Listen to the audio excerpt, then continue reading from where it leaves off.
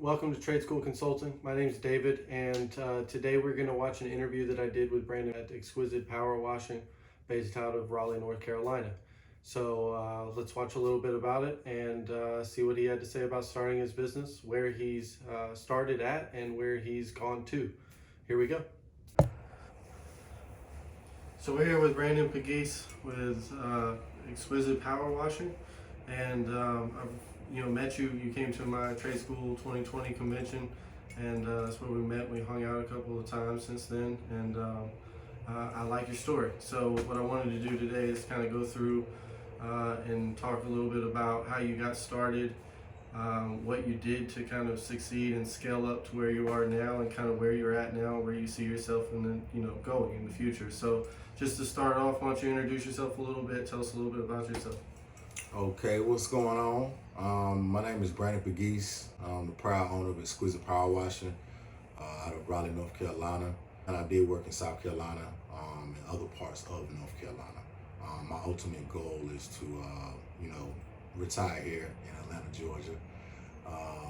And maybe set up shop and still make money. Working somehow the power washer, because I love a power washer. So, as long as I'm still doing that, I'll probably be working probably the rest of my life. So let me ask you this. So how did you get started in pressure washing? Power washing is a very unique craft. A lot of people don't know about it as a tool that you can make money on. So how did you think that this was going to be a business? Well, I got started with my little brother gave me the idea. He had came from Atlanta and told me, hey man, he wanted to start a power washing business. I had no idea anything about power washing. So I was like, all right, cool. I had a couple other businesses going on. I didn't mind. I was like, all right, cool, let's do it. And we did it, you know what I mean? He ended up leaving and came back to Atlanta.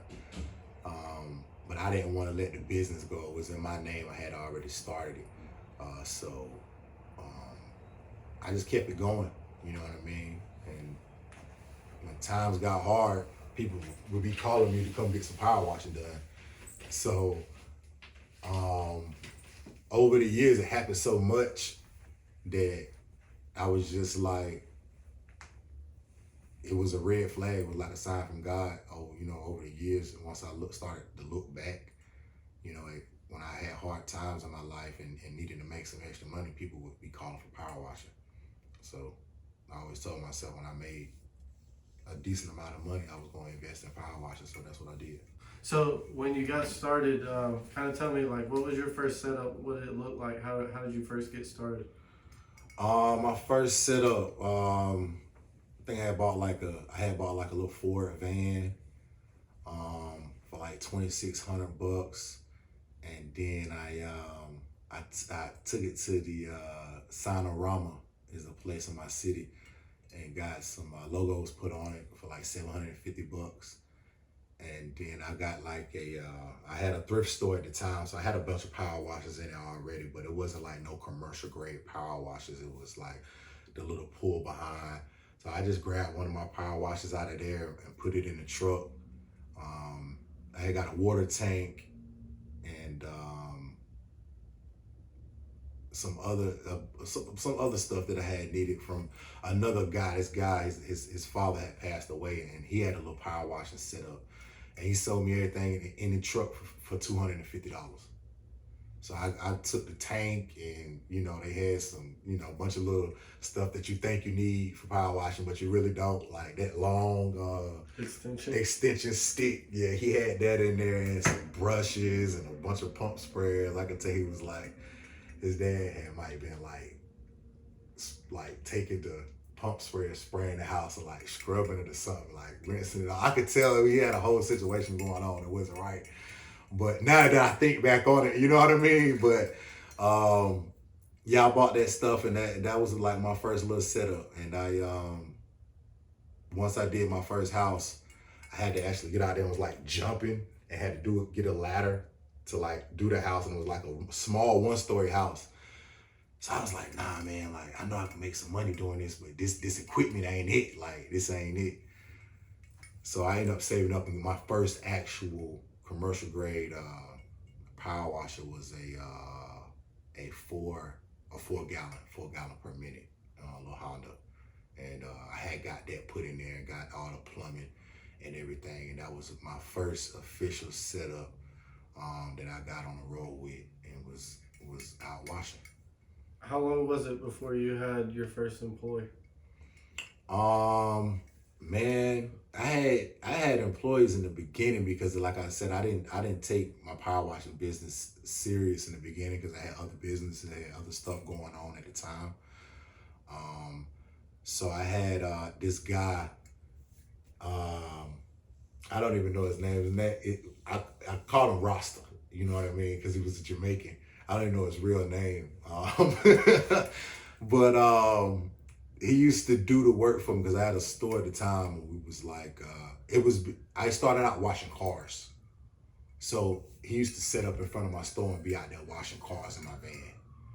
So, you know what I mean? And then once I started seeing that I could make money with the houses, that's when I started going out doing the houses and stuff, and I would have him come out. So I had employees, but really, like, when I went full-fledged and I let all that car wash stuff go and the truck wash, and just focused on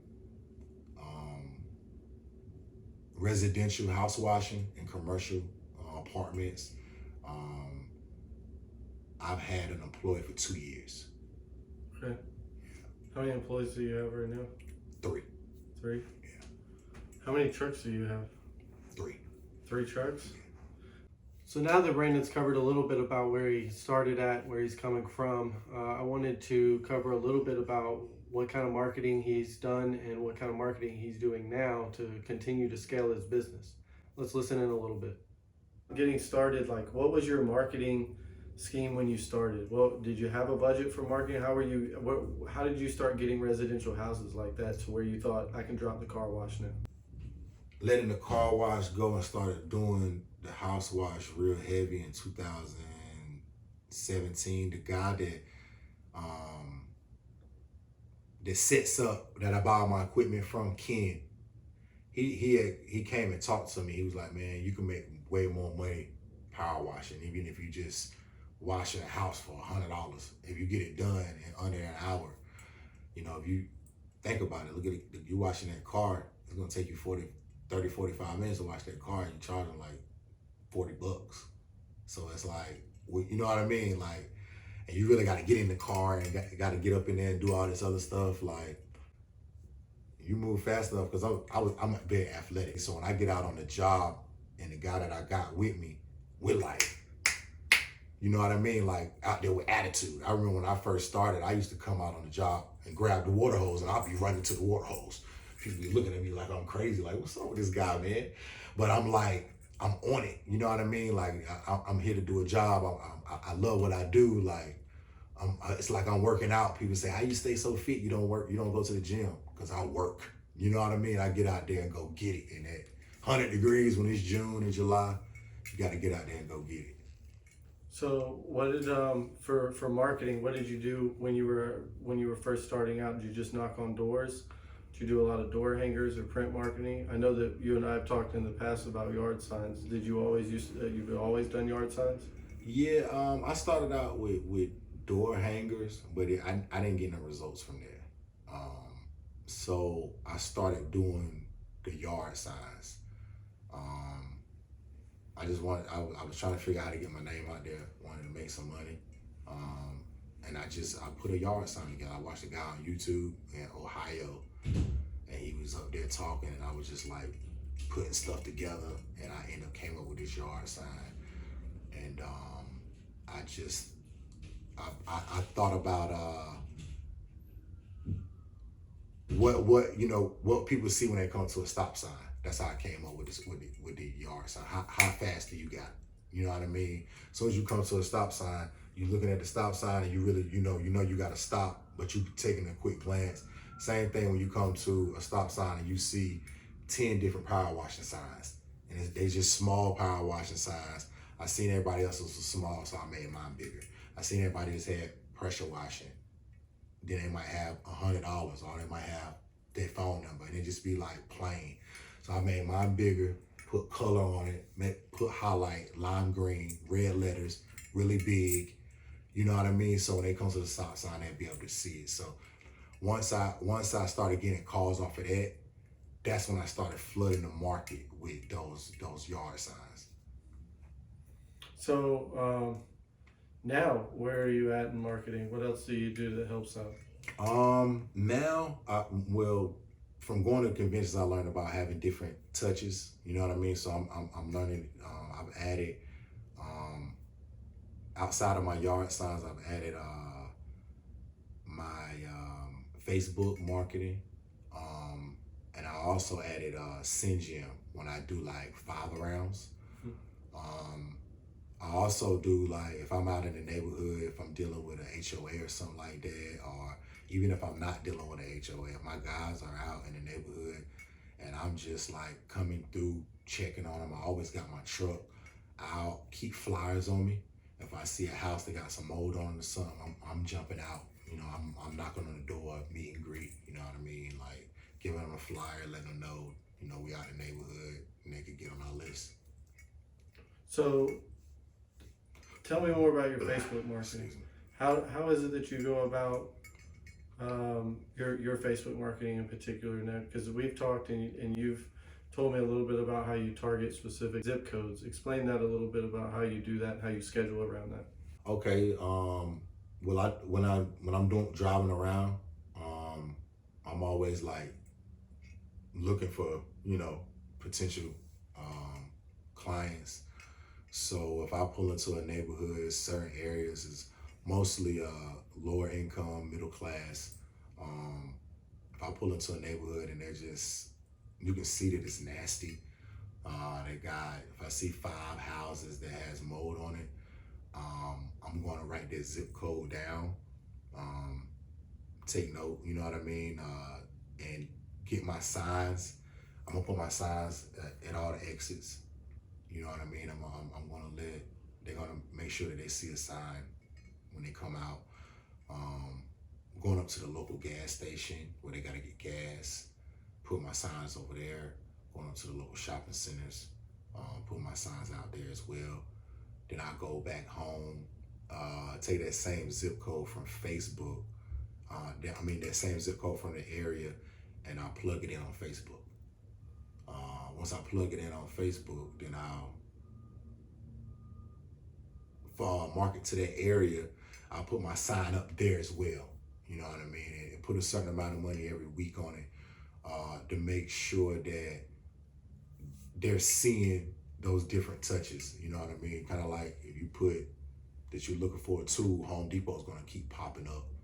So I want to make sure that every time they look, you know, they go outside, they're going to see a sign. They go to the store, they're going to see a sign. They go get gas, they're going to see a sign. When they get on Facebook to tell their mama happy birthday, they're going to see my sign. So you know what I mean. Same thing with the CMGM with my 5 rounds. They're gonna get it in the mail as well once we're in your neighborhood. You know what I mean. So that's basically how I go in with Facebook. You know what I mean. Just whatever zip code, I'll take it and plug it in, and then I make sure my assistants, when they do our scheduling, they put zip codes on each day. You know what I mean? So it's not like you're driving around different places. You know what I mean? Going a whole bunch of different places. Each day you might be in this zip code. We'll be doing 10 houses in one zip code today. You'll be right here all day. You know what I mean? So they out there, they comfortable, especially summertime. Oh man, summertime's the best because we got all that daylight. But yeah, that's how I do the Facebook.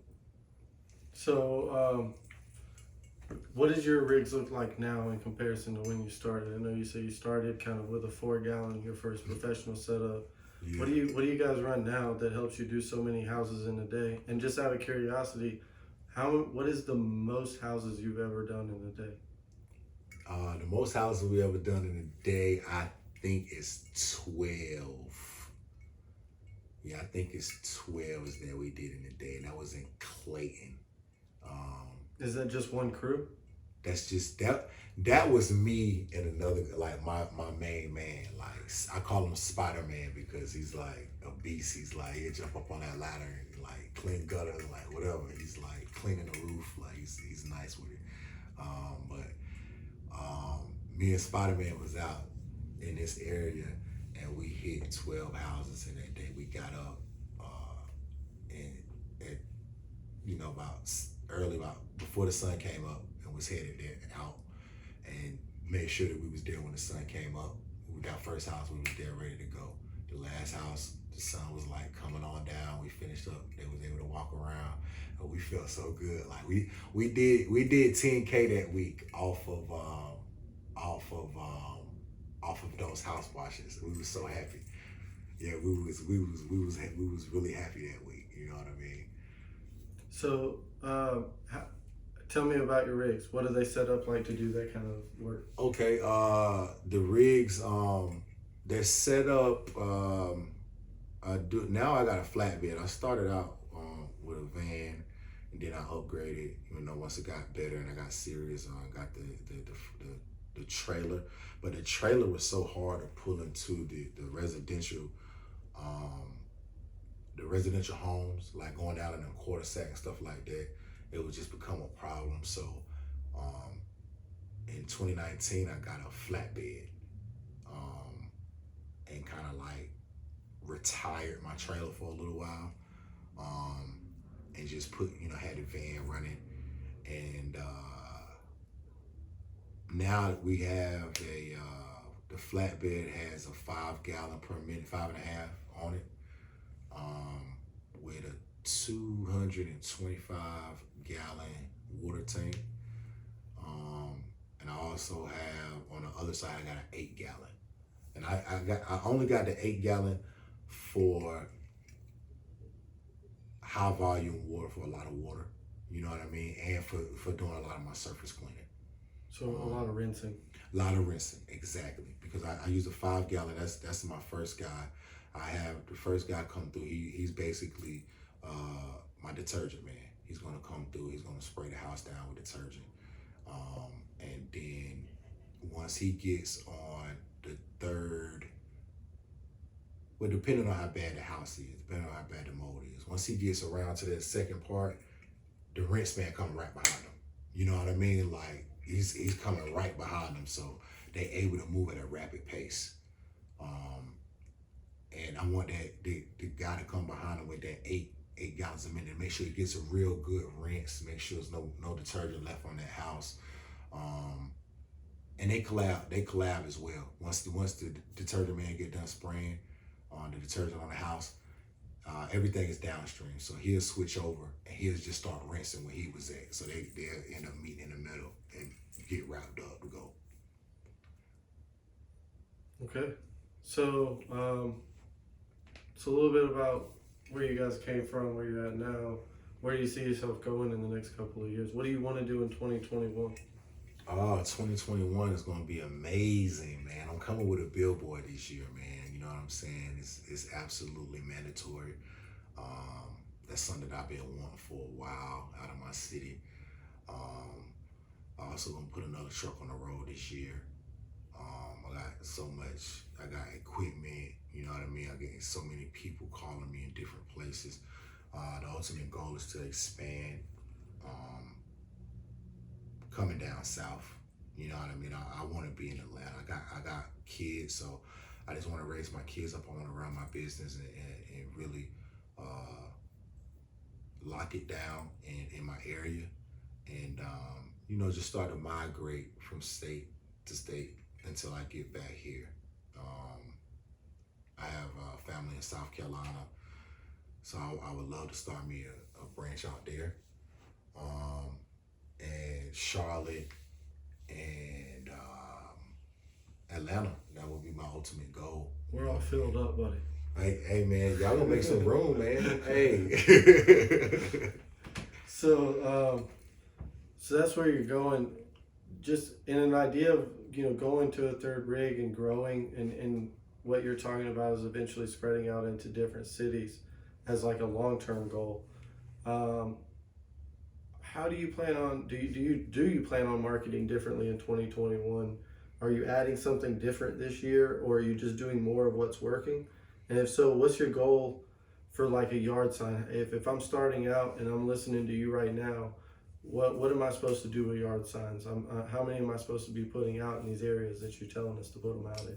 First, go get Greg Cardone 10X rule before you do buy anything. Whatever you think you have a thought on your head or what you want to do, go get that book.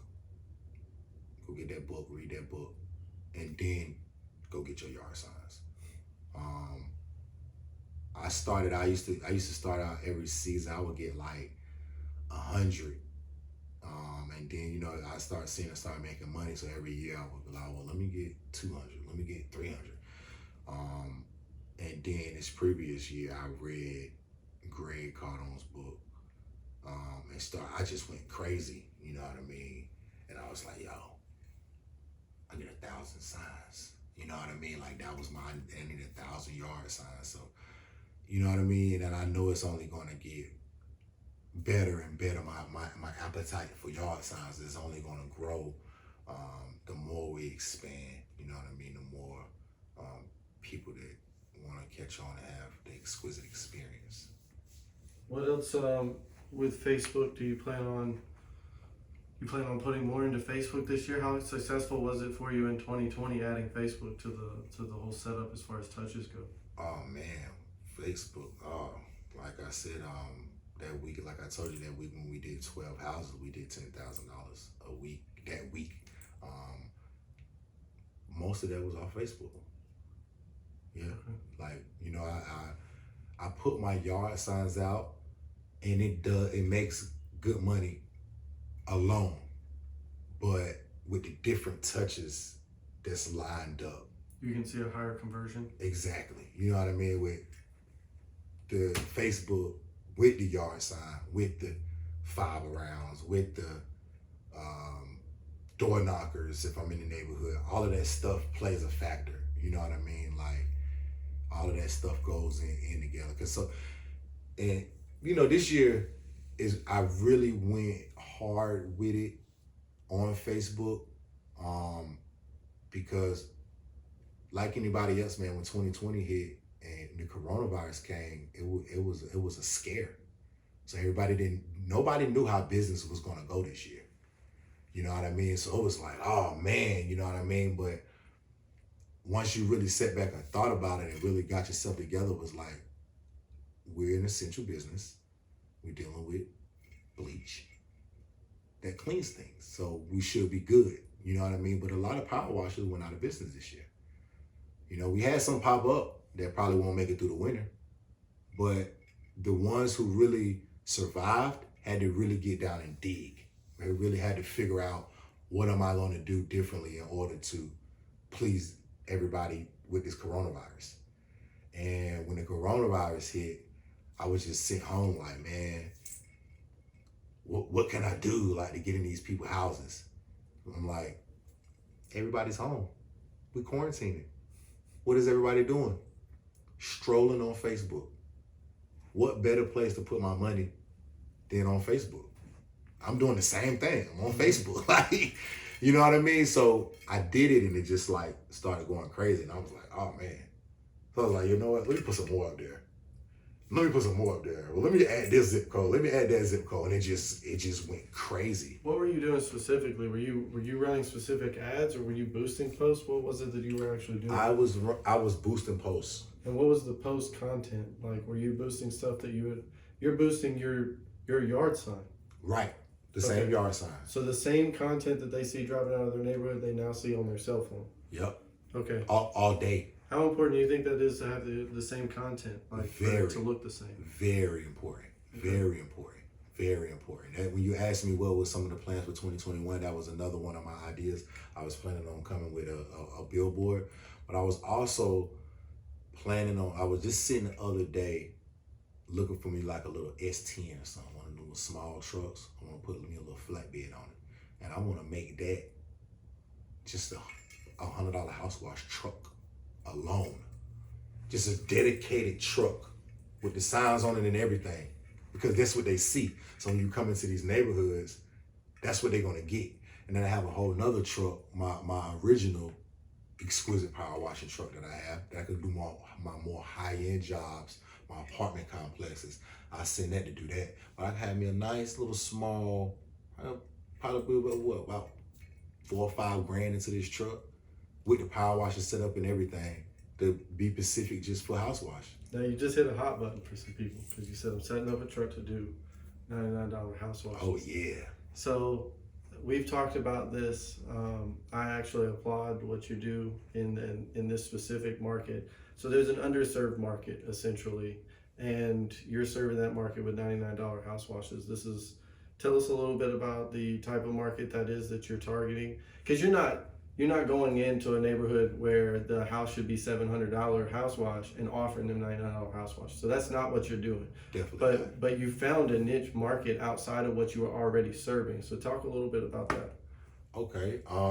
So what I do is I basically I focus in on the lower income people who really don't know about power washing. I hate to say it, but they really don't keep up with their home as they should. So when I come in, basically showing love and educating them on how to take care of their home. These are the type of people that I'm dealing with. But no, as far as like a high end jobs, I have different flyers for different zip codes. So it's basically based off your zip code and your neighborhood. If I go to a neighborhood and you got $1 million houses in this neighborhood, you know what I mean? They're going to be charged by the square footage. You know what I mean? So with the lower income, these people, they don't care about no house wash. They really don't know what's going on. And if they do care about the house wash, you know what I mean? They really can't afford that high house wash. And it's a market that a lot of people overlook that I really mastermind. Yeah, so we've talked about this. The numbers make sense because you're looking at the houses that you're talking about. You can wash those houses in 30 to 45 minutes. And you're talking about saturating an area to the point that you have 4 or 5 or 6 of these houses lined up at once. So you can just come in and knock them out really quickly without a lot of travel time or setup or breakdown time. And so where someone's normally making $200 or $300 an hour, you're doing the same thing. At the end of the day, you're still making the same hourly rate. You're just washing more houses. So it's a volume based thing. Right. So that's interesting to me. I think it's an underserved market that people frankly think that it's not worth their time, so they don't try to go in there. But like you said, it's a zip code based thing. So you can find zip codes that have underserved markets in them that have low home values and still go in there and make money. I think anybody that's starting out or has been in this for years and looking to expand, either one of those people can find value in that statement. So I appreciate you coming out and talking with us. I know you spent some time before we started recording just talking and kicking it with me, so I appreciate that. You got any words of wisdom that you want to spread with anybody before you go? And would you like to put your group, give a shout out to your group that's on Facebook? Oh yeah, man, definitely, man. My BHB brothers, man. Big shout out to y'all. Much love, man. Keep doing y'all thing. We growing by the numbers, so we're gonna keep doing what we've been doing, and that's promoting and uplifting each other to greatness, so we can run great businesses. Any words of wisdom? Just believe in yourself, man. You know what I'm saying? You gotta have a purpose. You know what I mean? You gotta know your direction in life and where you're going. Set goals.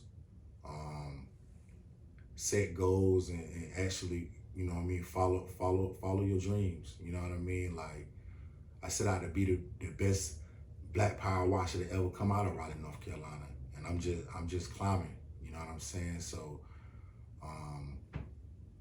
it was never about the money. It was always about the people. It was always, you know, what could I do to give back? You know what I mean? What could I do to help? So that's why I focus in on the lower income, the poor class, because that's where I come from. You know, I'm comfortable in that setting. So when I'm dealing with my people, you know what I mean, it's easy for me to make money in that setting because it's real. You know, I set out to be great, and I had a purpose, and I'm still doing the same thing I've been doing. You know what I mean? Like I'm living out my dreams. I'm getting money. I'm taking care of my family. You know what I mean? I changed the family hustle. That's what it's about. You know what I mean? Like, just believe in yourself and be great and put God first. Much love, Mr. Exquisite. So that's the interview with Brandon. If you guys have any questions, please comment below. Also, subscribe to our channel, Trade School Consulting, so that you can get the videos as soon as they're released. You get notified of that. And as always, if you like the video, please hit like and hit the little bell. Thank you.